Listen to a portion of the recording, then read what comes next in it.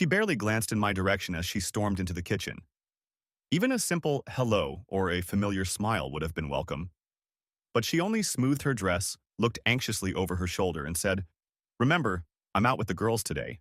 If anything, I have my cell phone, but don't call unless it's an emergency." I looked at her for a bit before answering. I wondered how she could expect me to believe that the tight little black dress she wore was meant for the girls, or the makeup, or the perfume. Did she really expect me to believe that girls like to see girls looking like this? I should have been offended that she thought so lowly of me. I should have been offended that she would allow such a degree of ignorance. But I wasn't offended because I knew I deserved it. After all, she had managed to keep me in the dark about her other relationships far longer than she should have. I was the worst kind of fool. The kind of fool who trusts someone. The kind of person who lets someone in. The kind of person who bets their life on them. A mistake made, a mistake realized, and now, mistake corrected. "Before you go," I finally said, "I need you to sit down for a minute so we can talk about something." She didn't even turn around, just made an impatient harumph sound as she rummaged through her purse and said, "I'm sorry, honey, but I really have to go. I'm late as it is." I braced myself, expecting an outburst of anger, clutched the beer bottle tightly, but nothing happened. No anger, no rage, no resentment. This disinterested disregard was all too typical behavior for her lately. She brushed me off. She dismissed the children. She rejected herself. And now, we're all used to it. But no more. It was time to act. I tossed the keys she was looking for onto the table. "I understand your urgency," I snapped. "God knows I do. But if you leave and spend another evening entertaining Carl Jensen without talking to me, I recommend you never come back here again." She froze in place, stood with her hand in her purse for a long moment, but said nothing. "What?" She finally managed it, her voice thin and disbelieving. "What did you say?" "It won't take more than a minute," I said. "Come sit down at the table with me and talk." She lingered for another minute without turning around or responding to my suggestion. She clutched her purse as if it might save her life. But it didn't. Finally, her shoulders slumped, her hands dropped, and she turned around. She looked guilty everywhere but her eyes. They darted around like a trapped animal, wounded and devoid of hope. Staggering, she half sat half, reclined in the chair opposite me. Many quick glances were cast in my direction, many silent searches for information, but nothing that met my gaze. "John," she said at last, I'm so sorry." Her voice was almost a whisper. Jesus, did she really hope to win on such an insignificant thing as remorse? How lazy you are. "Sorry for what?" I asked with mock surprise. "I can't wait to hear what you've done that you think sorry is going to make things right." She bit her lip. Lowering her gaze to the table, she ran her finger over the area, tracing patterns on the wood. "I don't think it'll make it better. I know what a mess I've made, even if you don't believe it. But for what it's worth, I'm sorry for what happened." That was it, I smiled. Be magnanimous, be calm. The first step is behind us. "Thank you for having the respect not to lie to my face," I said honestly. "Not that it matters. No lie would have saved you from the truth of what I know. But it makes me think that maybe I made the right choice in not leaving." She paled slightly. "You're not leaving. I I don't want you to leave," she whispered. "I don't love him, John. I honestly don't. I raised my hand, calling for her silence. When I saw her, ready for action, a temptation rose in my chest. "Don't hit her, no matter what you do. It would be so easy, so instantaneous. But if you start, you might never stop." "I know you won't," I grimaced, letting him know how valuable that knowledge was to me. "Or at least I know you think you don't. Either way, I've already listened to all your little excuses." "Listened?" She frowned. "What do you mean?" "Well, you silly No. So far, everything's going according to plan. Ignore that tension in your guts, remember what's at stake. You're doing very well. Don't ruin it now." "It's simple," I shrugged. "I heard them when you said them to him." If it was possible, she lost even more color and got even smaller in her chair. You heard us?" I just stared at her, keeping my expression calm, and she looked away. Her eyes were moist. Brilliant, I suppose, was the most appropriate word. She took a deep breath. What are you going to do? I know it feels like I don't love you right now, but I really do. And I don't want to lose what we have. It would kill me if you left. I nodded. I know. Like I said, I heard you explaining all of this to him. I don't need a repeat. I could have killed you, you know. In any one of 1,000 moments, I could have reached out and finished your story for you. But I didn't. Think about that. About what that means. Leaning over, I reached down and picked up the heavy envelope. Watching her reaction, I placed it on the table. It was bulging, ready to burst. I ran my hand across the top and patted it for emphasis. In this envelope is everything I know about your affair. She inhaled noisily and examined its thickness once more, eyes wide. I let her realize the full implications for one long, cold, threatening minute. You can review it later. I'm not going to hide anything from you, and I'll try to be as straightforward about it as possible. I paused to rub my eyes with my index finger and thumb. Good. Deep breath. You've got everything set up. Now comes the hard part. She stared at the envelope as if it were a live cobra. It's so thick, she whispered. I nodded and patted it again, enjoying the sound of my hand hitting the massive collection. Once I had my suspicions to investigate you, gathering information became shockingly easy. You weren't trying very hard to hide it anymore, were you? I thought you trusted me. I thought I'd be safe that way. I did trust, and I did. It will never, ever happen again. She nodded quickly. And it shouldn't. I'm sorry, John. Please give me a chance to make it up to you. If you agree to stay, I've already told you, I muttered. I'll stay. And I won't try in vain to kick you out. I'm well aware of how far that would take me. No. If anyone's going to file for divorce, it's going to be you. I ignored the surprised look on her face, choosing my words carefully and trying to separate meaning from reality.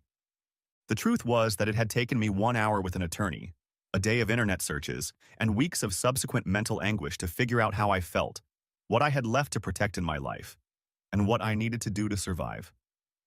Tonight was only the first phase. I swallowed and continued. However, my staying here depends on one thing. Now I spoke in the voice of a leader. Direct, sharp, decisive. I've given this a lot of thought, and while it's obvious to me that you probably still have some love for me, and I can't get rid of my love for you just because it's become inconvenient, the possibility of us being a couple is now completely out of the question. She frowned and opened her mouth to reply, but I held up my hand. Your actions and the fact that you got involved in this affair, and the way you're behaving in it make it clear to me that I'm not in a position to do for you what my former friend is now doing. You said it yourself. You told him that you have the best of both worlds. With me, you have love and care and family.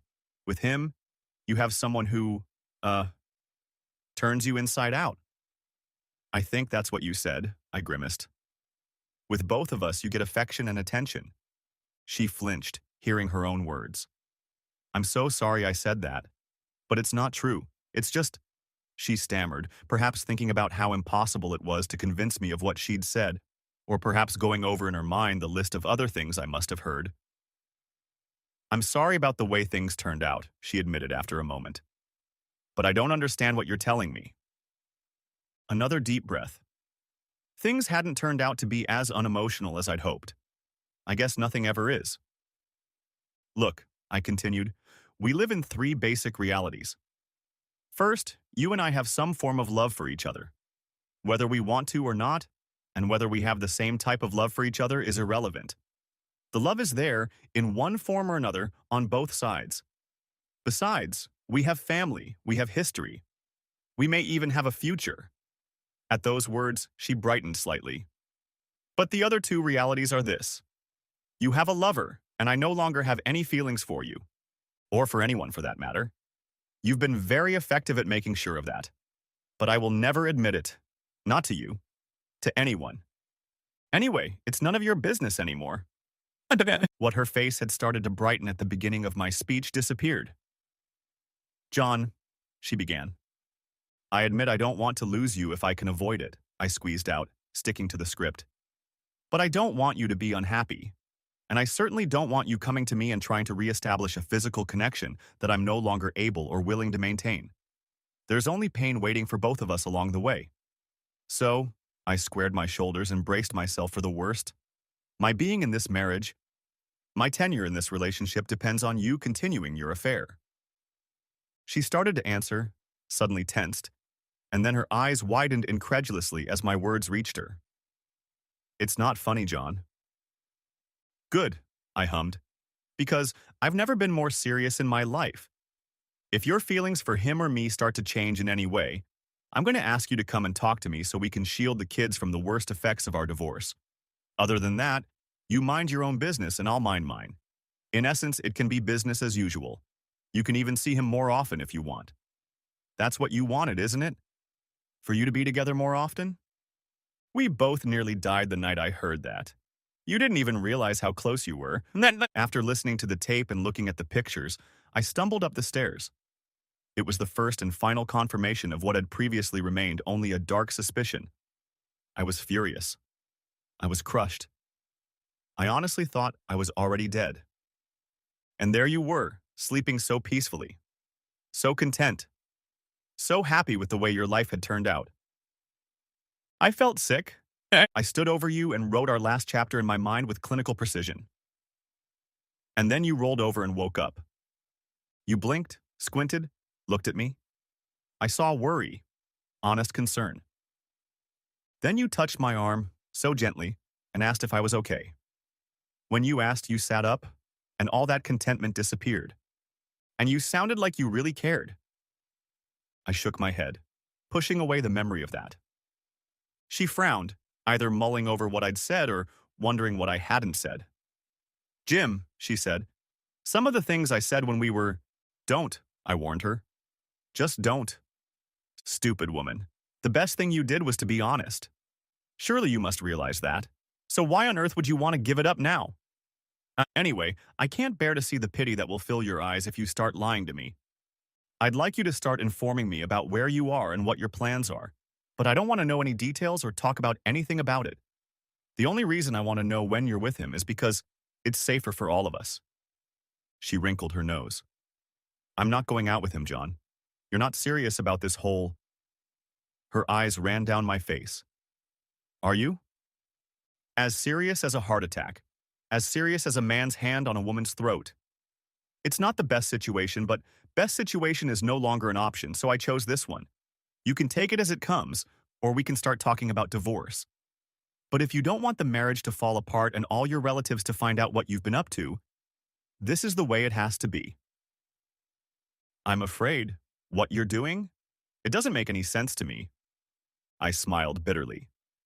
Then I guess you know a little bit about how I've been feeling these past few weeks. But why don't you want me to stop? I want to. Maybe the only thing I want more is to never touch you again and be around my kids. But I realized what she was really saying. You're the one who's cheating, Karen, not me. There's no deception here. I'm not playing you, setting you up, or plotting some elaborate scheme. Frankly, I don't seem to have that kind of energy anymore. I glanced defiantly at my watch. And now you'd better go, dear, or he'll be worried. She shuddered again, and I could see that she suddenly realized how revealingly she had dressed today. You feel like a fool, don't you? Good. Come on in and join the club. John, she begged, can't I just stay home, at least for tonight? I'm not really… Absolutely not, I snarled a little too loudly, making her recoil. Honestly, I don't care what you two do. Go ahead and discuss what a monster I am, or what a weak move that is. Or entertain each other. I don't care. Sit around and watch a movie and eat ice cream if you feel like it. But you have a date tonight, and you're going to see it through. At some point, I'm entitled to indulge in a little genuine self-pity, and you can't be here for that. No way. I don't… She was taken aback by my insistence. You're really serious about this, aren't you? Absolutely serious. And aren't going to divorce me? Do you still love me? I'm not divorcing you. I'm not leaving you. Unfortunately, I still love you. She studied me for a moment, looked down at the table, and then nodded slightly.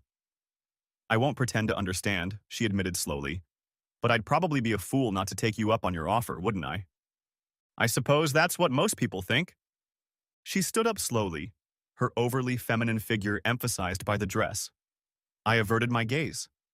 I'd never been a fan of ogling strangers. In the 3 months since her affair had begun, Karen had gotten in shape. She, like most women, had maintained her gorgeous feminine figure. But in college, she had acquired a little fat around her middle that never disappeared. Now it was gone, and I had never seen her so trim and beautiful before. She spent a fortune on new clothes and even traded in her mom's old minivan for a sleek white SUV. In essence, she had become someone else. Apparently, Carl had been the impetus for her to try on a completely different life. Maybe that's what he gave her in the end, a chance to stop being a wife and mother for a while. I didn't know or care about that. What I did know, though, was that all these changes were giving her away. In fact, it was the SUV and the way she had taken a liking to it that finally brought me out. You see, she wanted it because it mirrored her love partner's car. Both lovers thought it was cute, that they were a match. She bit her lip. "What time should I be home?" she asked uncertainly. Well, I thought to myself, you always got home from your bachelorette parties around 10, but that was mostly to help keep the lies going, wasn't it? She lowered her eyes and nodded. Then I guess you come home when you're ready to go back. Something about saying that sentence out loud gave me away. For a brief moment, I couldn't keep the sadness in my voice that I'd been so diligently holding back for weeks, and I saw the flicker of guilt on her face when she realized it. She shifted her weight. Really, John, I don't have to go. I don't even want to. You'll go. I don't need your goddamn pity, bitch. What are you going to do while I'm gone? Huh. I'll be hurting myself, you mean? Or look for a way out? Give up and end it all? Don't flatter yourself. Oh, I looked around the room. If the girls aren't busy, maybe we can go out to eat and rent a movie. Other than that, I've already got a pretty good idea of what to occupy myself with while you're having fun. She nodded sadly, then looked at me like she was afraid she'd never see me again. It's okay, I said. Just go. And if you're going to be gone until midnight, be sure to send me a text so I don't worry. She nodded, walked over and leaned in to kiss me. I turned and gave her a peck on the cheek, which she obediently kissed. Then she stood up, adjusted her outfit, and gave me a tired, mirthless smile. I almost feel like a teenager going on a date my father disapproves of. Screw you. Just don't forget to send that message. And tell old Carl that he should be very, very afraid for his future. She rolled her eyes defiantly, trying to give herself some levity. Even she seemed to realize it wouldn't work, but she continued anyway. I'll remember, Daddy. She turned away. I didn't laugh. I don't think she noticed. When she left, I put my head in my hands and concentrated on my breathing for a very, very long time. I felt a somber elation, the same kind you feel when you wake up from a life-threatening operation that scarred you for life. It wasn't easy, but it was done. I was sure there were other moments ahead of me, just as hard or even harder, but now I allowed myself the small victory of knowing that at least one of them was forever behind me. Then, when I was ready, I got up and washed my face in the kitchen sink, and went to see if my daughters wanted a taste of pizza. Praise to the Almighty, they were interested. Chapter 2. Saturday morning, Karen got up earlier than usual. I wasn't too surprised. Usually during her bachelorette parties, she would come in around 10 and have a glass of wine in the hot tub before going to bed. It was a relatively new habit that I had at first perceived as an unspoken request for extended time for herself at the end of the day. Now, however, I saw it in a completely different, much more unseemly light. A dip in a hot bath, after all, seemed like the best way to pamper myself. Plus, it helped to wash up before bed. This Friday, however, she didn't get home until 9:30 and showered before staggering tiredly into bed. She looked exhausted, worn out, and more than ashamed. And yet, even in the semi-darkness of this sudden change, I couldn't resist studying her clothes, her hair, even the way she walked through the door. My eyes hunted for clues I didn't want to find and didn't care about. And this was my new habit, awfully similar to her own. It manifested itself as a series of questions, so small and unconsciously posed that sometimes it felt like drowning in an inch of water. Was the fabric on the front of her outfit wrinkled? Could it be that the hair curling behind her right ear is a knave that didn't have time to straighten up on the way home? Doesn't she walk funny? The desire to appreciate the inestimable was irresistible. It was also unwanted, and it made me sick that I couldn't control it any more than I did. Of course, I didn't want to know the answers to the questions. I didn't even want to know what those questions were. But just try stopping and see what you get. No. She walked into the kitchen that Saturday morning in her bathrobe and slippers, a look of determination on her face with baggy eyes. She set to work as soon as she picked up her breakfast. Just as I'd expected. "You caught me off guard last night," she wheezed. She gave me an accusing glare to back up her words and dropped her breakfast on the table with a clamor. "If you had given me time to think, just a little time, I would have said no. I would have stayed home, despite your stupid threats, and we would have talked about it. Talk about it. Like adults." She shook her head. "You do realize that, don't you?" "Of course I do, you idiot. But what makes you think I'd even want to talk to you about anything? I was considering the possibility that you might do something like that you might miss the chance to save yourself in a fit of selfish neglect." I still didn't look up from my paper. That's why I decided not to give you time to think about it. I was doing you a favor. I could feel her annoyed look on me. I was enjoying it. "Damn it, John," she snarled, waving her arms around. "Look at me. For one goddamn minute, put that goddamn paper aside and look at me." I calmly put the paper aside and gave her my attention. "I don't want this to be our marriage. I don't want to live apart from you, and you're going to make demands on me about how I spend my time and—" She leaned forward, lowering her voice. "Furthermore, I don't want to keep doing this to you. I can't keep doing this to you. It's wrong." Well, that was over the top. "Doing it to me?" I snorted derisively. "Oh, I really don't think you understand, Karen. It's not something you do to me. It's not anymore. It's something you've already done. It's been. It's an action." The bullet left the chamber, flew through the air, and lodged deep in the meat and bone. I leaned forward. "That may not. Cannot. Can. Did you get that? Did I even get through to you? We can stop harping on this topic because nothing we say will ever change what has been done. You, my dear wife, betrayed me. You lied and cheated. Our family, our life together, it will never, ever be a part of your story or the story of our marriage. It will never be a part of who you are. And while it's certainly not what I wanted, you made the decision without any input from me. And now you don't like living with the consequences, but you can't undo it just because you've discovered that your little adventure has terrible consequences for the rest of your life. Stop it, John. Just stop it." There were tears in her eyes. They must have seemed quite real. "Does our marriage mean nothing to you? Don't you really care at all? It's so damn unfair that—" "Don't talk to me about fair." My fist came crashing down on the table, knocking over my juice and spilling it all over the floor. I didn't even notice I was moving. Shit. Closing my eyes, I took a long, deep breath and thought of cool mountain streams. Then, regaining my composure a bit, I continued. If you look at your situation clinically, if you really step back and think about alternatives, then I think you'll begin to understand where this doubt you're experiencing now is coming from.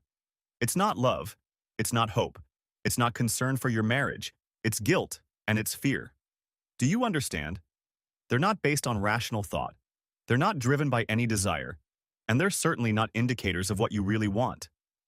I sipped my coffee. The current situation is the situation that works best for you, and that's the only thing left for me. And while I appreciate the fact that you're concerned, you don't need to be. Not about me, not anymore. It doesn't do anyone any good. You haven't cared about me in a long time, so why change? I leaned over and wiped up the spilled juice. I meant what I said last night, Karen.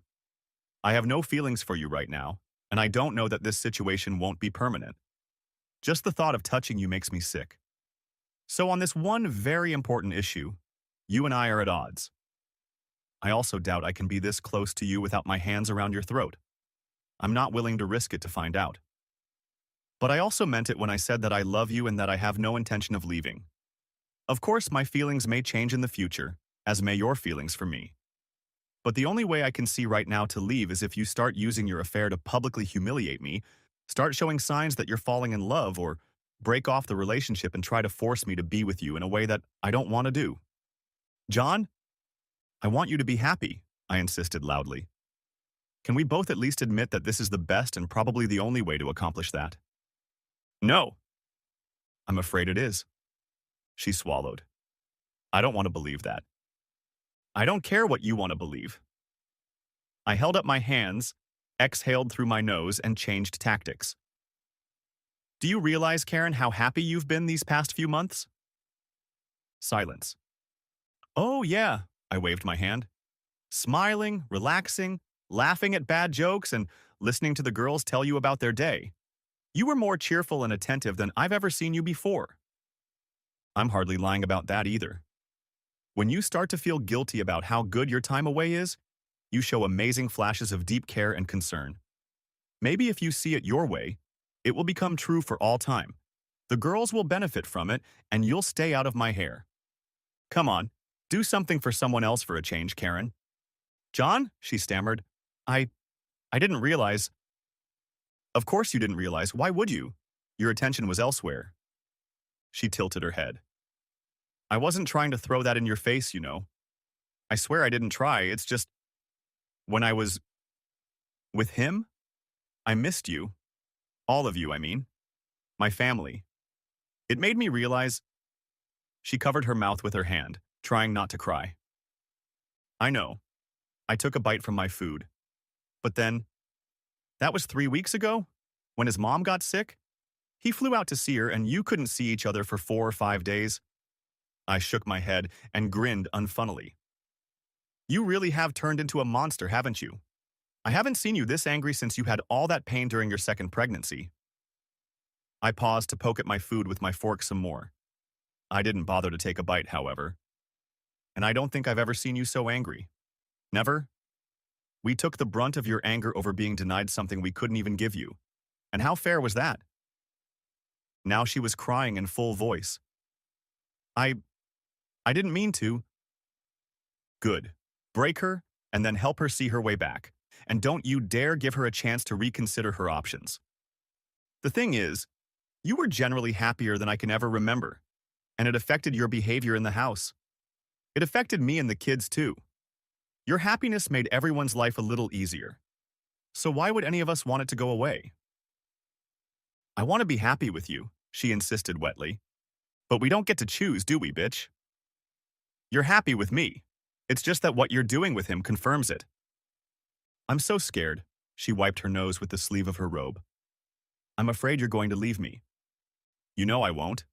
She shook her head. But why aren't you afraid? If we were separated, if you did this to me, I would... God. I decided that she ought to be a little frank, and at least just on this one point. So far, she had been so patient and accepting of all my little lies. One little truth might be granted. I'm terrified, Karen. In fact, I'm terrified. Do you want to know why? She nodded. I'm scared because it turns out I'm all alone. Do you have any idea what that feels like? No, of course you don't. I set my fork aside. For a very long time, I thought I had a lot of things going for me.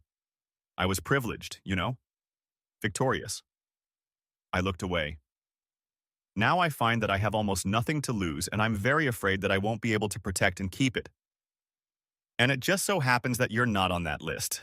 But maybe she already knew that because she ran out of the room in tears. I just got up, another mission accomplished, and put the dishes in the sink. Then I went outside to do some lawn work. When I came in a few hours later, wiping the sweat from my face with my sleeve and anticipating a cool shower, the contents of the envelope, were strewn across our bed. I'd been waiting for this. I had even left it for her, knowing that her curiosity would eventually lead her to see for herself how complete my understanding of her infidelity was. The transcripts, the photos, the CDs and DVDs, everything was in plain sight. Now she knew. She was in the bathroom with the shower on. The girls had gone to a friend's house, so there was no need to worry about them finding the smutty things that were now on display on my bedspread. I went to make myself some more coffee and left it there. 25 minutes later, she emerged in sweatpants, a tank top, and a look of newfound insecurity. Ever since she'd given up on our marriage, there was a confidence in her that might have been commendable under other circumstances, but it made me sick to my stomach to know its source. In any case, sometimes it bordered on arrogance, and when it did, she became difficult to be around. Still, not for the first time recently, I noted how beautiful she looked. I watched her with the nonchalant detachment that a normal person might experience when walking through a museum. I could see amazing aesthetic beauty and feel nothing about it, mean nothing except that I knew she existed. My God, in the last few months she had lost 10 years. Those years gained through her infidelity had been ruthlessly stolen from my own face. I wasn't so blind that I couldn't see that I had aged considerably over the same period of time. I just couldn't bring myself to care anymore. "Hi," she offered sheepishly, looking unhappy and not meeting my gaze. Her eyes were red, and she ran her thumb over them as she entered the room. "You looked over the report," I remarked, handing her a cup of coffee and inviting her to sit down. She nodded. "I didn't realize that. I mean, I know you said you knew everything, but—" She sipped her coffee. "If it helps, that knowing everything is exactly why I decided to stay. If all I had was a few grainy snapshots of you sleeping with him, I think I would have handled it a lot differently. And we'd both be worse for it, by the way. Knowing everything made me realize you were still interested in us, even if the returns were getting smaller and smaller for all the other investors. Well, I certainly didn't feel like a good person seeing it all laid out like that." She sipped her coffee. "It was even harder to realize that everything I'd looked at and heard, you'd seen and heard too. Realizing that you knew everything we did together, everything I told him." She looked up. "You even knew about the car?" I nodded. She shook her head in surprise. "And you didn't even try to stop me. You let me trade in our family van with all its memories, and you knew exactly why I wanted that SUV from the beginning." "Oh no, I didn't. You can't take it out on me." At that point, I didn't know yet. In fact, the fact that you wanted that car, that particular car, was part of what made me ask questions. You think I didn't notice it was exactly like Carl's? You should have seen your face when you noticed it in the parking lot. I clenched my jaw. "Like a goddamn kid's. For Christmas." She made a grimace. "Like a baby's. That seems like a good description for me lately." "No. Happy. Happy is a good description for you lately. And maybe that's all that matters. The rest—" I waved my hand dismissively. She looked at me skeptically. "You can't expect me to believe that you're not dying inside, John. Christ, I can see it written all over your face." "That's strange, Karen, because you certainly didn't notice it before. In fact, you hardly saw me at all." "Okay, so I'm hurt," I shrugged. "Would it hurt less if I left? Or if you had left? If you stopped seeing him, stopped being happy, and we had to go through the whole experience of trying and failing to restart our love life? When you're not interested and I'm not able to handle it, would that make me stop suffering?" I shook my head. "I have a wife I truly love and two wonderful children who mean everything to me. Right now, they're the happiest I've ever seen them. I can live with the pain if that's the payback. You will never take my children away from me. I promise you this. I will say and do whatever it takes to make sure that doesn't happen. I don't like being the one to hurt you." "Huh, that's rich. You do a lot of things, Kay, but only one hurts me. I hurt like I've never been hurt before, and it's getting more painful by the second." I smiled. "Don't make it any more than it has to be. Sometimes I wish you'd just kill me. Isn't that pathetic? Sometimes I succumb to sadness so much that I wish I could be killed." She didn't calm down in the least. "I don't understand. How can you be ready for a life like this? Are you kidding me? I was ready to live like that, Karen, and have been for some time, by the way. But how can you just leave it at that? How can you not want to fight for more? I leaned forward impatiently. The value of this conversation compared to my plans was rapidly diminishing, and I needed to finish it. Do you still love me? I asked quietly. Of course, she predictably declared. Then that's that. I shrugged. That's just how it is, okay? She pushed away from the table and rushed to me, wrapping her arms around me and burying her head in my chest. I hugged her like that, letting her cry into me for a few moments and fighting the urge to plop her on the floor, then pulled back and let her come to her senses. So, what do we do now? She asked sorrowfully. We keep doing what we've been doing. That's what we do. It seems like the whole world has been turned upside down. So be it. As long as we're in the well of gravity, it doesn't matter to us. I guess. She looked up at me. What? What about today? Today? What are we going to do today? I mean, she shifted her weight. Did you have plans? I wrinkled my nose. There was something about her fidgeting that told me far more than she meant to say. Well, I said, choosing my words carefully, I have a new book. I'm looking forward to a day when I can relax and sit at home reading it. She looked pleased. You didn't want to, well, I don't know, go out or do anything in particular. Disgusted. If you're going to ask permission, at least have the strength to not be such a coward. Yeah, I lied through gritted teeth. Just a quiet day, lost in my book. Then I turned back to the window and gave my words a casualness that took all my strength away.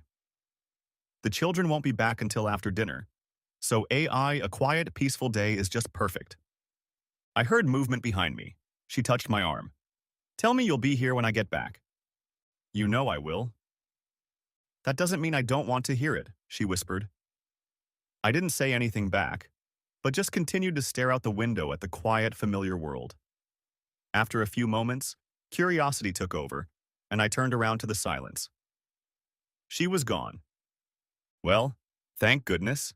A few minutes later, she emerged from the bedroom in stretchy pants and a sports bra, carrying a bag. When she saw me looking at her, she picked it up and said, as soon as I realized that No, I thought it was stupid to hide it in the car. I shrugged indifferently. I was well aware that she had an official bag for office romances and what was in it. For a moment, we both looked at each other, me sitting in a chair with a book I had no intention of reading, and her with a duffel bag and an impatience that made my stomach hurt. She looked a little embarrassed and temporarily unsure of what to do, but then she smiled and timidly offered to play on her silly joke from the night before. I won't be too late, Daddy. She brushed a strand of hair back from her face. Such a simple movement, and so amazingly beautiful. I looked away. Chapter 13. That Friday, the Baileys had one of their frequent neighborhood gatherings. I say neighbors, but it was actually a hodgepodge of families from the neighborhood served by the nearby elementary school. You know how it is. You can rest assured that it didn't start with the husbands or the kids, but we still had a good time. We had always attended events like this, but this was different. I knew Carl would be there. He didn't quite fit in with the couples crowd, but he was Tom Bailey's drinking buddy and never missed a party invitation if he had the choice. Now I wondered if he used those parties as a way to suck up to his married friends' wives. I had tried to avoid him since I found out. He made it pretty easy, I suppose, by avoiding me in return. But I also knew that being around other people would be nice for a change, and that the kids would have a good time.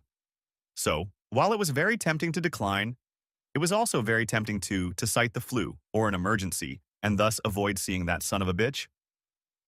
I decided I'd get up the courage to go anyway. Besides, I didn't want him to think he could scare me off that easily. In a way, showing up at the party was like making a statement. Karen was visibly excited. Whether she saw it as an opportunity to bond as a couple, as a way to reassure herself that she could really have her cake and eat it too, or just as a chance to spend some sneaky time with her boyfriend, I couldn't tell. I'm not sure I cared at all. But when we first arrived, she uncharacteristically stayed close to me, and I got the impression that she was trying to send a message to either me or someone else. I threw a few questioning looks at her, but she ignored them. Right. Play innocent. But judging by the way she kept her hands or eyes on me at all times, it had to be intentional. The Bailiffs always made sure their parties had plenty of booze, and as the night wore on, A combination of nerves and excitement seemed to take its toll on Karen. She drank more than usual, faster than she should have, and it really showed. She was relaxed, playful, and noticeably less scared than when we arrived. By the time the sun started to get lower, she pulled away from me to go socialize. When that finally happened, I don't think she looked back at me once, so I guess the reunion theory fell away on its own. It wasn't long before I noticed that she and Carl happened to be in the same conversation group. It didn't happen too often, but often enough. And my clairvoyance told me that it was done on purpose to make it look like a coincidence, which it definitely wasn't. They never did anything that would alert the uninformed, but for those who were already in the know, it was hard not to notice the way their eyes lit up when they looked at each other, or the way Karen laughed a little too hard at Carl's jokes. Especially when she thought no one else was paying attention.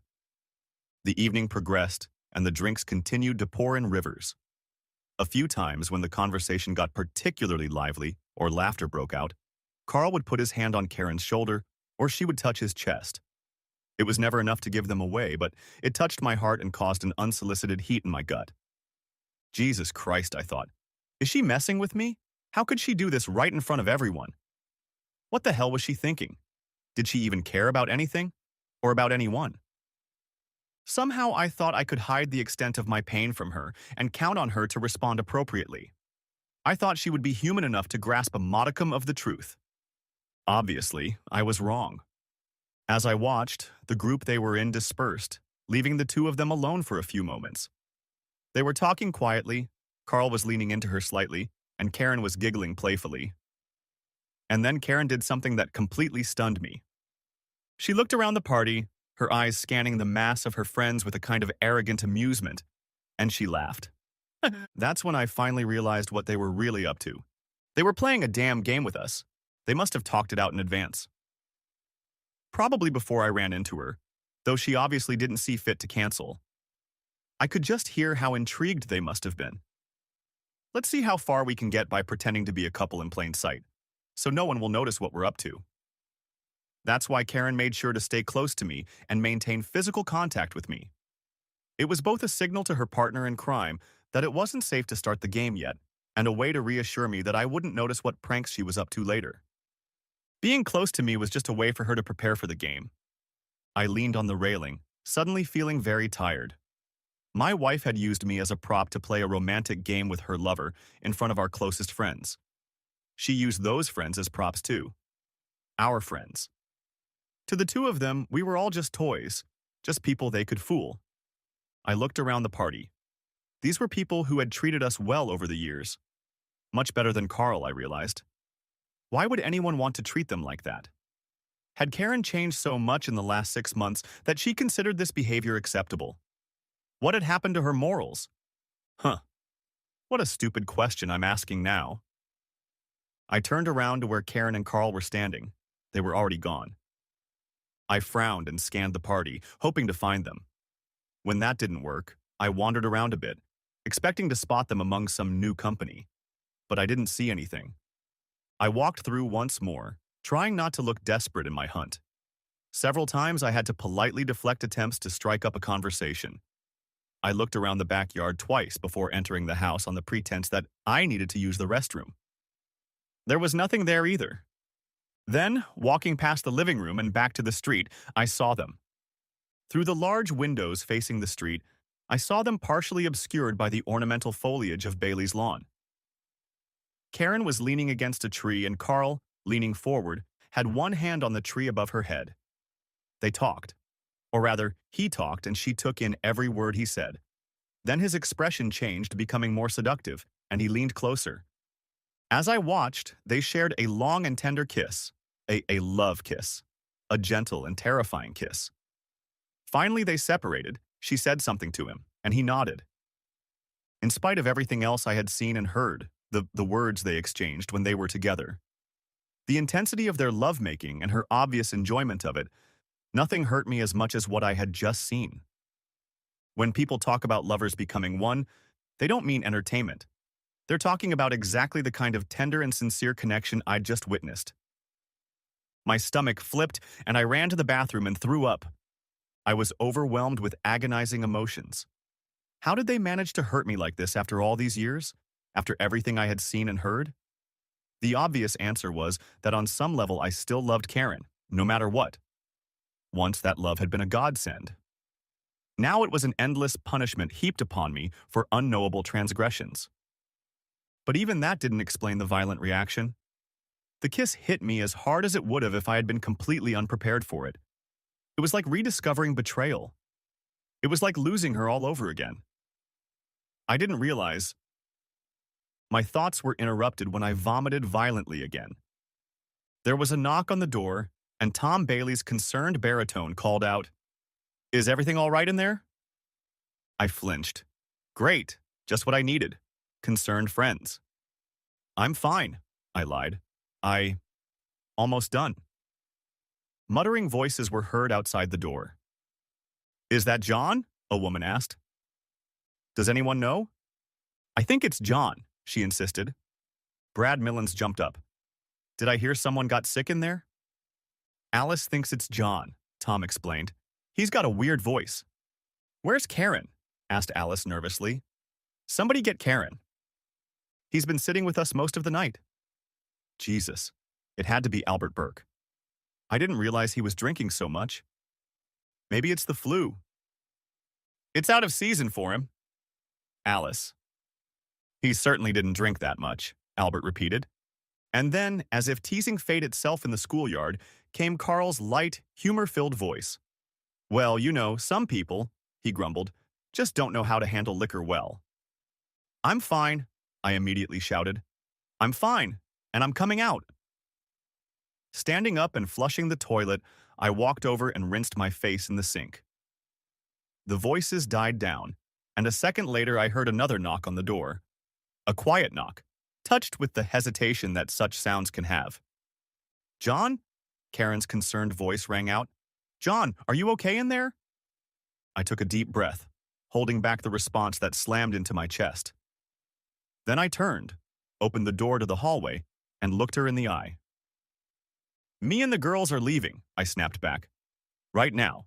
If you don't want to go, then don't go. I don't care. You can ask your damn boyfriend for a ride. I don't care." Karen's eyes widened slightly, and the color left her face a little.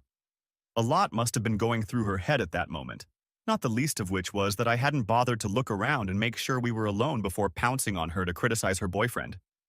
In anger, I could have easily revealed her despicable little secret. "Well, don't expect an apology, bitch. You could have easily done the same thing with your stupid little game. Hell, you know someone saw you and the gossip is already heating up. So, I guess you have something to think about now, don't you?" "Yeah, none." She also must have realized that something must have happened to make me so angry. She knew I could hold my temper, had seen firsthand that I hadn't been drinking much tonight, and knew me well enough to know when I was furious. So I thought it was very telling that she didn't ask what was wrong or pretend to be upset with me. I guess she just didn't want to know the truth. "Let me get my purse," she stammered. "I'll be right back. Don't leave without me." Then she fled in the direction of the party. For a moment after her departure, the house was empty. I guess everyone had left to give me some privacy while I recovered from my supposed drinking binge. I fumbled in my pockets for my car keys, walked out into the main living room and tried to calm myself down. Peeking out the patio door, I saw Karen grab her purse off the table, which she had left behind, and hurriedly say goodbye to the people she had just laughed at. Carl walked over, trying to look nonchalant and failing once again, and said something to her as she walked by. A short conversation between the lovers ensued, in which Carl looked slightly troubled, and Karen gave out an intense excitement, a bitter excitement that made her grow more and more animated as she spoke. Her face reddened, her eyes widened, and she made numerous movements with her hands. If I didn't know better, I'd say I was watching a little love spat. Finally, nerves drew Carl dangerously close to her, and he said something under his breath. Her shoulders slumped upward, almost to her ears, and she glanced around the party, perhaps checking the other guests for awareness. None of them seemed to notice the obvious. She looked at Carl again, stepped back, and he said something else to her, which made her shake her head. He continued to speak. She shook her head again. He moved closer to her again, this time looking at her with hurt puppy eyes, and spoke one last time. She paused, made a tiny nod, and turned to leave. I watched him watch her with his gaze, noting the cocky half-smile that appeared as soon as she turned away, and struggled to contain my rage. The ride home passed in silence. Karen stared out the side window with an almost complete lack of expression on her face. I wondered what she was thinking. Was she embarrassed by her behavior? Scared that she might have gone too far? Angry at me for ruining all her fun? Angry at Carl for pushing her into a game she now regrets? Or maybe she was just glad she'd had her fun and to hell with everything else? As far as I knew, she wasn't thinking about me at all. And maybe that was okay with me. When we got home, the kids ran downstairs to play video games, and Karen pulled an already opened bottle of Chardonnay out of the refrigerator. As she walked over to the cupboard, she glanced at me, probably contemplating whether to get me a glass, but I went straight to the master bathroom and locked the door. I turned on the shower, let it heat up, then stepped in and just stood there. I didn't think, I didn't feel, I didn't imagine, dream, wish, or desire anything at all. I just let the water wash over me as I hoped it would do to me someday. I let the water run over me and then go down the drain, never to worry again. Chapter 4. Karen apologized to me the next day, though it was a brief and unspecific sorry. It was obvious she didn't want to go into detail, even to find out exactly what I had seen or realized. Typical cheater mentality. She would turn a blind eye to the awfulness of her behavior at the very moment she was reassuring herself by apologizing. After a few minutes of forced small talk and awkward silence, she tentatively suggested that maybe we'll all feel better after our trip to the zoo tomorrow. Tomorrow? I tilted my head, feigning surprise. We're not going tomorrow. Of course we are. You've got your days mixed up, Karen. Today is Saturday. We're going today. No, she stretched patiently, looking at me spitefully. We're going on Sunday. We talked about it. I shook my head in feigned desperation. Jesus Christ, what are you even talking about? We scheduled the zoo for Saturday, Karen, today. We've talked about it over and over again, don't you remember? She blinked, her eyes darting around as if she were calculating something. She looked so nervous and confused that I almost broke out into a smile. What's the matter? Is it hard to juggle two lives when you can't control one? She was actually right. We had indeed picked Sunday when we'd discussed the trip earlier that week. But the more I thought about her antics at the party, and especially that kiss, the less I wanted to be around her. So I talked to the girls about it when I put them to bed the night before, and told them that if they behaved themselves, we could go to the zoo a day early. Now Karen looked determined. You've made a mistake, she insisted. I'm pretty sure we said Sunday. I studied her for a moment, letting my annoyance at her recent behavior show openly on my face so that it could be translated as annoyance at this stupid forgetfulness. Then I turned and shouted into the living room. Hey girls, what are we doing today? We're going to the zoo, they both replied in jubilant unison. I turned around to Karen with a tired look on my face. See, I said. It's today. Even the girls know that, so cut the crap. Anyway, I don't see why it matters. It's just a one-day difference. It's no big deal, right? She looked embarrassed. Actually, she stretched out, I kind of have plans for today. I somehow managed to look surprised. Holy shit, bitch. I saw you making them up, right in front of everyone, at a goddamn party thrown by our friends. Or do you still think you're so much smarter than the rest of us that no one notices these things? But I didn't raise my eyebrows, feigning disappointed surprise. Needless to say, I was actually relieved. Although that little exchange between her and Carl had been pretty obvious, and I was sure they'd agreed on something, there was always the risk of miscalculation. For all I knew, those plans could have been for Monday, or for something they were doing the following weekend, or a damn month from now. All I could rely on was the certainty that they were no doubt making plans. I hoped it would happen soon. From what I could see through the window, I envisioned it something like this. Are we still on for tomorrow? I don't know, Carl. He's really pissed off. Maybe I should... Don't do that. It was his choice. He gave you permission. Reluctance, or maybe just guilt. I shouldn't. Puppy eyes. You're hurting my feelings, baby. Okay. A pause. Okay. I'll be there. And then she was gone. Maybe it wasn't the exact wording, but I knew what I saw. An agreement, confirmed and honored.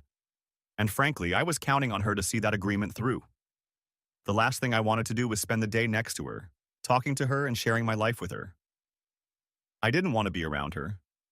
And if that meant she had to be with him, then so be it. She shifted her weight. She was still waiting for an answer and probably expected anger. It's better to let it be. I wouldn't have to pretend to be mad at her, would I? Plans? I growled, shaking my head. You've got to be kidding me, Karen. Last night's disgusting games weren't enough for the two of you? Can't you devote a single day to your family before you run off to get yours again? She responded with irritation. This was your idea. I'm just playing by your rules. Ah. So he was forcing the idea on her. It wasn't an argument she'd come to on her own, but it was similar to what Carl would have said. Anyway, she snorted irritably, it's just one day. The girls will understand. They won't have to, I snapped back, because we are going to the zoo, with or without you. Don't you dare, she shrieked. They're my kids, too. You're not going to start. You're right. I interrupted. I'm not going to start. I'm not going to change plans. I'm not going to cut back on family time. I'm not going to start living up to your goddamn sins. My what? She stared at me. Look, mister, if you don't take pleasure in the idea that I jumped to my feet and she backed away, panting. Honestly, I think she cut off the phrase with an expression of horror before I even started moving. At least I give her credit for that. She may have gone far enough to simmer with disrespect for me, but not so far that that fact doesn't embarrass her in the slightest. For a second, we both stared at each other, both angry, both unsure of what should happen next in such a confrontation. Then arrogance took over, her mouth curved, and she hissed, Fine, have it your way. You want to spend the day playing mommy, that's fine with me. The girls and I can just go do something fun when I pick them up from school tomorrow. She half turned away, casting a grimly confident glance at me over her shoulder. Without. With you. And then she was gone.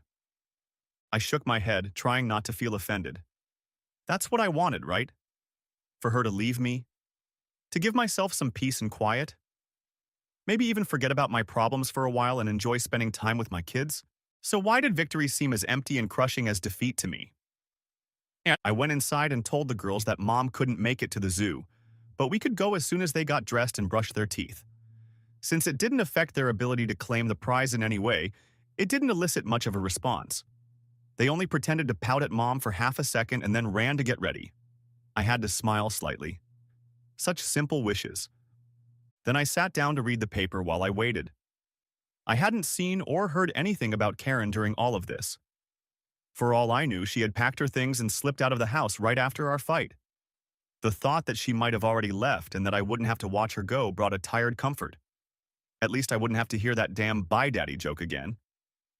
The sound of water pouring in the bathroom passed my ears, a sure sign that the girls had moved on to the final stage of brushing their teeth. I got up and gathered everything I needed for the trip to the zoo. I was just finishing up my work when they flew into the kitchen, full of youthful energy and joy. For a few moments, I basked in the purity of that gorgeous, simple happiness. Are you two ready to go? I asked. Asked me? Yes, promised me. And guess what?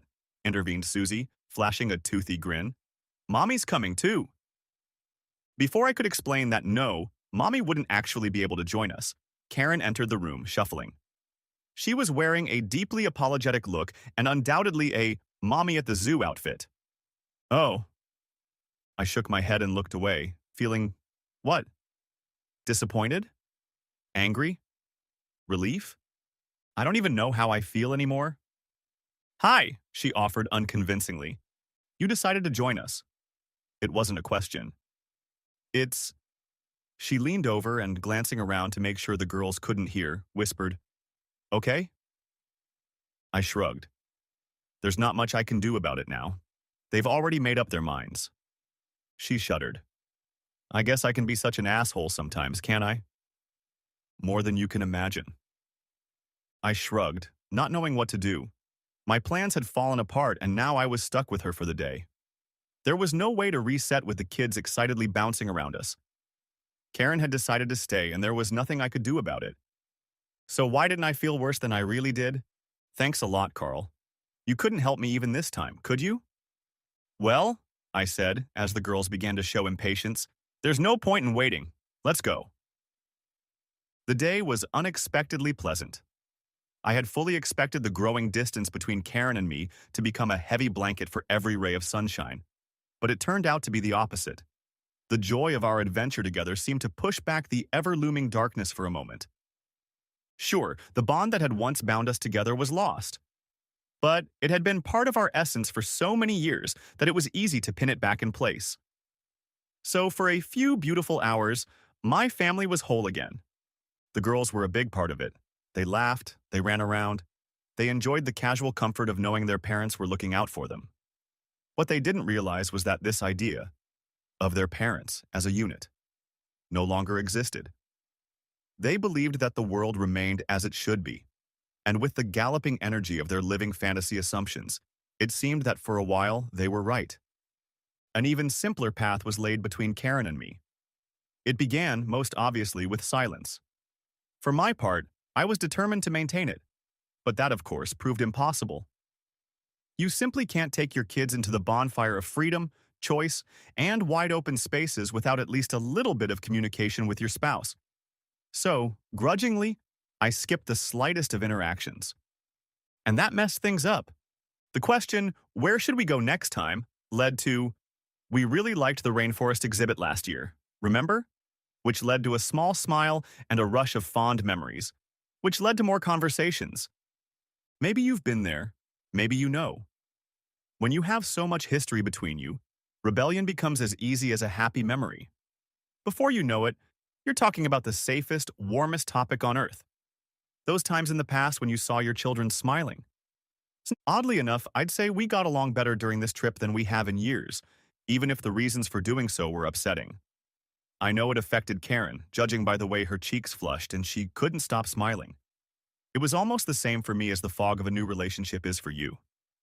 And it's strange. Perhaps inexplicable. But it's no less true. Somehow, for a few hours it all seemed sparkling new. By the time we piled into the van at sunset, I'd had such a wonderful time that I hadn't thought about Karen's infidelity for the longest time since the day I learned the truth. Can you ask for a better gift than one that makes you forget? They say the devil is in the details. I don't know about that. But he's definitely a master of the surgical strike. We were about 10 minutes away from the zoo, heading home on the highway, when the most unremarkable of sounds woke me up from what was, truth be told, the silliest little fantasy of my life. Karen's cell phone vibrated in her purse. It probably could have been any call if it weren't for the fact that she hadn't bothered to check it or answer it. She just covered her purse with her coat to muffle the sound and stared out the window until it ended. That in itself told me all I needed to know. And just like that, as quickly as throwing on a coat over a buzzing cell phone, the joy and lightness vanished. The heart of the moment was lost. But it wasn't just that. I suddenly felt as sad and as tired as I had ever felt in my life. Like a prisoner who has been told he is being led to freedom, says goodbye and dreams of the future, and is unceremoniously pushed into a room with an injection table. I focused on the road and tried not to think. I wished this day had never happened so I could avoid what I was feeling right now. Karen and the kids kept a positive attitude, laughing and talking about everything we had done that day, and I answered a little to keep up appearances, but my heart didn't lie to it anymore. When we pulled up to the house and closed the garage door, I sat silently while everyone else got out of the car. "Aren't you coming?" asked Karen when I didn't move from my seat. "I need a minute," I replied quietly, still looking ahead as if keeping my eyes on the road. "Is something wrong?" She frowned. "No." Silence. She didn't move. "Are you sure?" "I'm just tired," I insisted. "Please." She took a deep breath and reached out to touch my hand. "Just a minute," I insisted. "Can I have one little minute before I go in?" She flinched, opened her mouth as if she wanted to say something else, then sighed and followed the girls into the house. I don't know what happened. Maybe it was the weight of feelings I'd been carrying around for so long. Maybe it was just me stepping over the line and accidentally stepping over it. Or maybe I was just so sad. I can't say for sure. But as soon as they closed the door of the house, I pressed my forehead against the steering wheel and sobbed like a baby. It was unlike anything I'd ever experienced. I'd never been a crier, not even when I was a baby. But now I was crying the way grief-stricken parents cry on the days of their child's absence. I cried like I was the last person at the funeral, and it went on and on. All I wanted to do was stop, to catch my breath and feel like I was in control again. But each new sob felt like it was being pulled out of me by something deep inside. I was so relieved when the sobs finally began to subside that I almost laughed. For a few moments, I didn't believe it would ever end. Sitting up, I put my hand to my chest and concentrated on calm, deep breathing until I decided I had gathered myself enough to go inside. I figured I'd stop in the hallway bathroom, wash my face, and no one would know that I... And then out of the corner of my eye, I saw movement. No. I turned around. Our eyes met.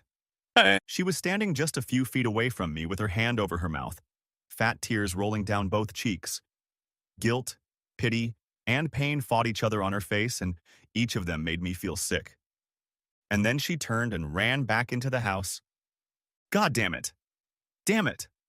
I pounded my fist on the steering wheel, looked for something else to hit, found nothing, and just hit the steering wheel again. God damn it, God damn it, God damn it, God damn it, God damn it. Just one thing. That's all I asked for. Just one little thing I could keep. Just one little thing that would be just for me. Yeah, she didn't leave that night, but after that we never spoke to each other again. I pretended to watch TV and she pretended I didn't know she was looking at me. After the girls went to bed, she went out on the deck, pulled out her cell phone, and talked for over an hour. Her face was tense and her eyes downcast. Chapter 5. Hi, the icebreaker said timidly on a Sunday morning. Did you sleep well? Hardly, never at all. I slept well. She sipped her coffee. Thanks for last night. I had a great time. She looked at me. I'm sorry it ended like that. Me too. There was a long, drawn-out silence. John? Yes? Why are you doing this to yourself? Be calm. We've been through this before. I know, it's just, I can't shake the feeling that there has to be a better way. Some way for us to... I looked up at her sharply, and she fell silent. I stood up then, dumped out the rest of my cereal, and left the room. I spent the next few hours doing chores and poking around on the internet. Karen made no further attempt to strike up a conversation with me, and for a while I thought the message had been received. Then, a little after lunch, she took the girls to a friend's house, and when she returned, she had disappeared into the bedroom. I didn't hesitate long. I heard the shower running. It would get rid of her from me. And it wasn't that I wanted her. So why was I still plagued by these thoughts? Why were my insides twisting and tearing like they were sandwiched between two huge spinning gears? I pushed that question away, banished it from my mind, and looked for a way to distract myself. Because this really works.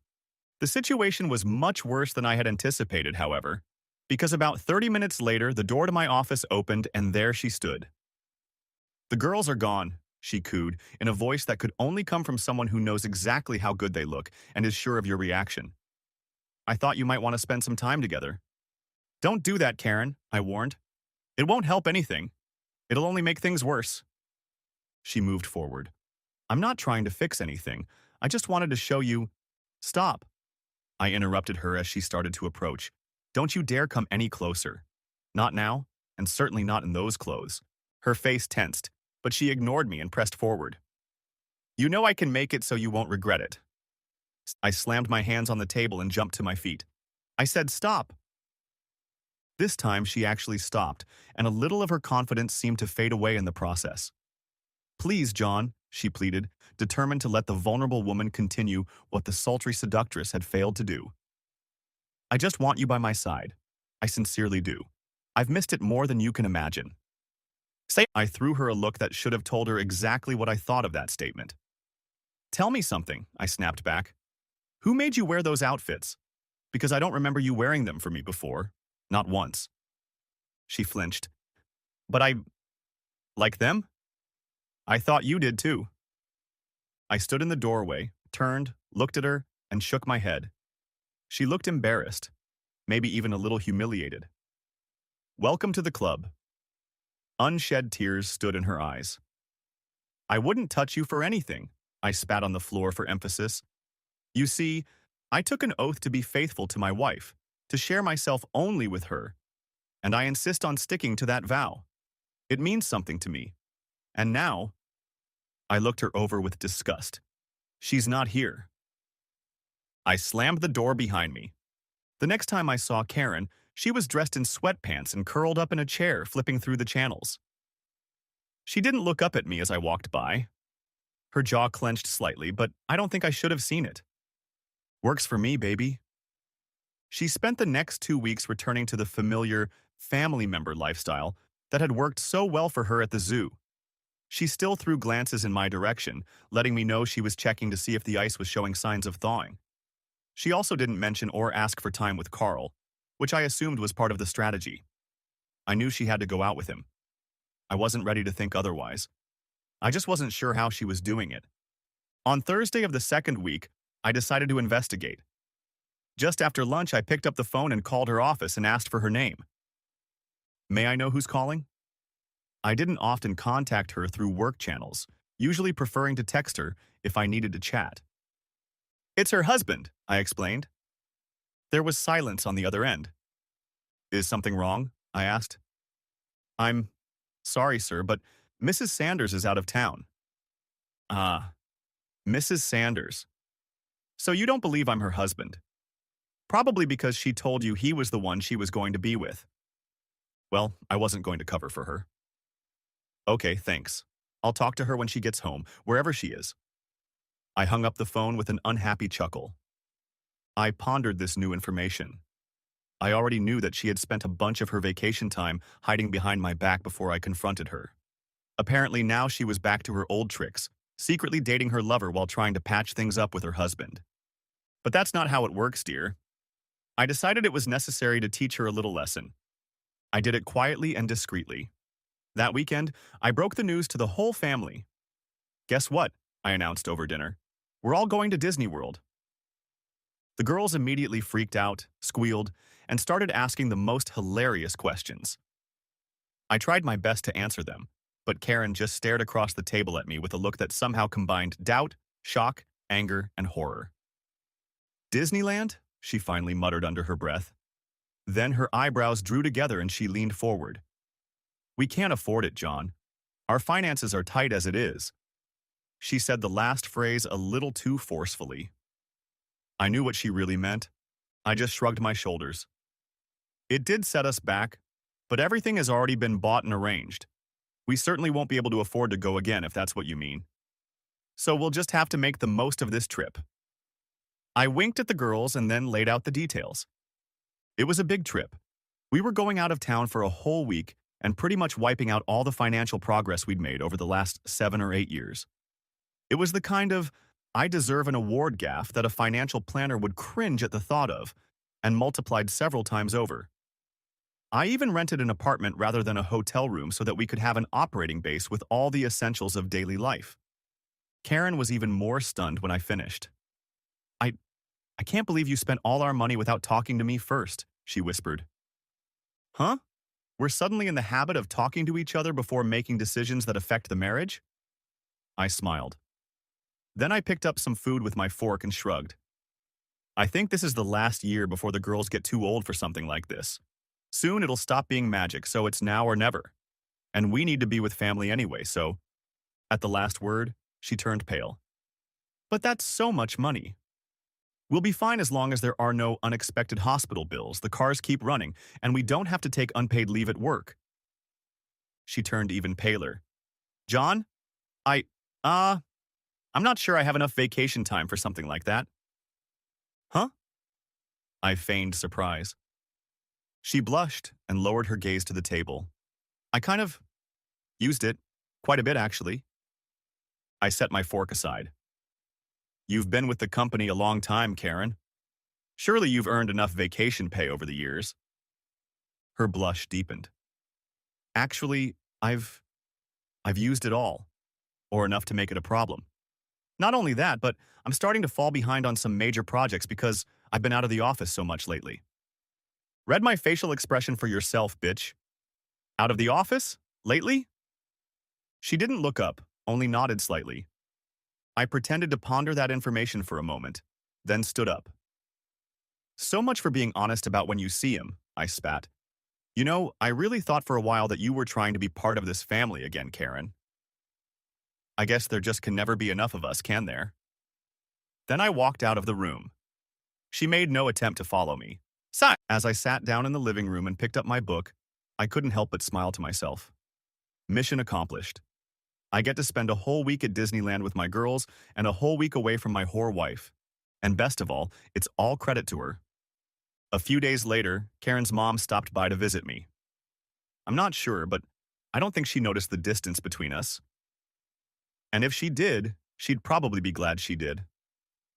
Her mother never liked me. In fact, I think she probably hated me. She just had this feminine way of saying it without words. I'd love to tell you that I never understood why, but she was a churchgoer, and I was an honest atheist, so anything else I could say or do on this earth was completely irrelevant. In her opinion, I would never be poison. I wondered what she would think if she found out that her so perfect daughter was giving me horns. Would she be stupidly tickled? Or would she be too scandalized to appreciate my suffering? Honestly, I think it would have depended on who was around to see her reaction. Early on, she noticed that I looked thin. Even men have to buy new clothes if they're going to go on a diet, John. At those words, she rolled her eyes. Anyway, you should know that not everyone looks better when they're skinny. I'm not on a diet, I told her. I just wasn't hungry. Well, try to change that before you drop another belt size. She smiled at her daughter with a sickening sweetness. I'm not sure that will be appreciated. Karen very quietly busied herself with preparing my favorite dish that night and chewed her lip all through dinner, watching me not eat. John, she said softly at one point, looking at the girls and choosing her words carefully. It's hard enough to get them to eat, and then there's Daddy setting a bad example. I gave her a long look, 1,000 answers flashing through my mind, but she was right. I sighed and tapped my fork. I'm not feeling well. I'm going to go to bed early. That should have calmed her down at least a little. At least I wouldn't set a bad example anymore. But she only snorted irritably as I shuffled out of the room and headed for bed. Over the next few weeks, Karen tried several times to talk to me about going to Disney. Really, she tried to talk me out of it. There was no pretense, another purpose, or another type of discussion.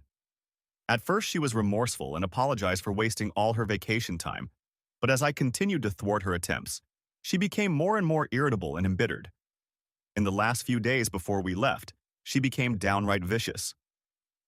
Throwing her novel in my face and making little underhanded remarks about how at least she didn't have to go to Disneyland to have a good time. I ignored them.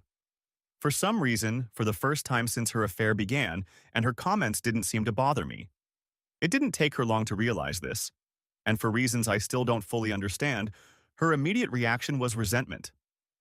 I still remember the moment when she made a sarcastic comment about spending the whole week with Carl, and something in my non-reaction told her that it no longer hurt me to hear about it. Suddenly, she was deathly silent. I looked at her, and she was staring at me like a kid whose father had just hit her and called her a whore. Then she just as quickly ran out of the room. I just shook my head and went back to my magazine. I wasn't going to try to make sense of her ridiculous behavior anymore. I knew firsthand that it was a futile endeavor, but for some reason, the image kept me awake and prevented me from concentrating on the article I was reading. After a while, I put it aside and did something I'm not particularly proud of. I walked over to the cabinet above the stove, the one that only I could reach, reached in and pulled out my pack of cigarettes. I had left it there 2 years ago when I finally managed to quit smoking. This act was motivated by a logic familiar to any addict. I just felt better knowing they were there. But I had never, even with all that had happened, felt the urge to reach for them until that moment. I was standing on the back porch when she found me. "When did you start doing that again?" she asked. I took a puff. "Just now." I coughed. "It's not as good as I remember." But I took another puff anyway. She was quiet for a moment. Did you want something? I asked. I wanted to apologize. Hell, I don't even know what I've been. But I've been like this and it needs to stop. I shrugged. You know, I finally understand why you're doing this, she said. All this time I've been so vain that I really thought it was about me. I thought you couldn't live without me. Then I lashed out at you tonight and got no reaction. What I said must have hurt you.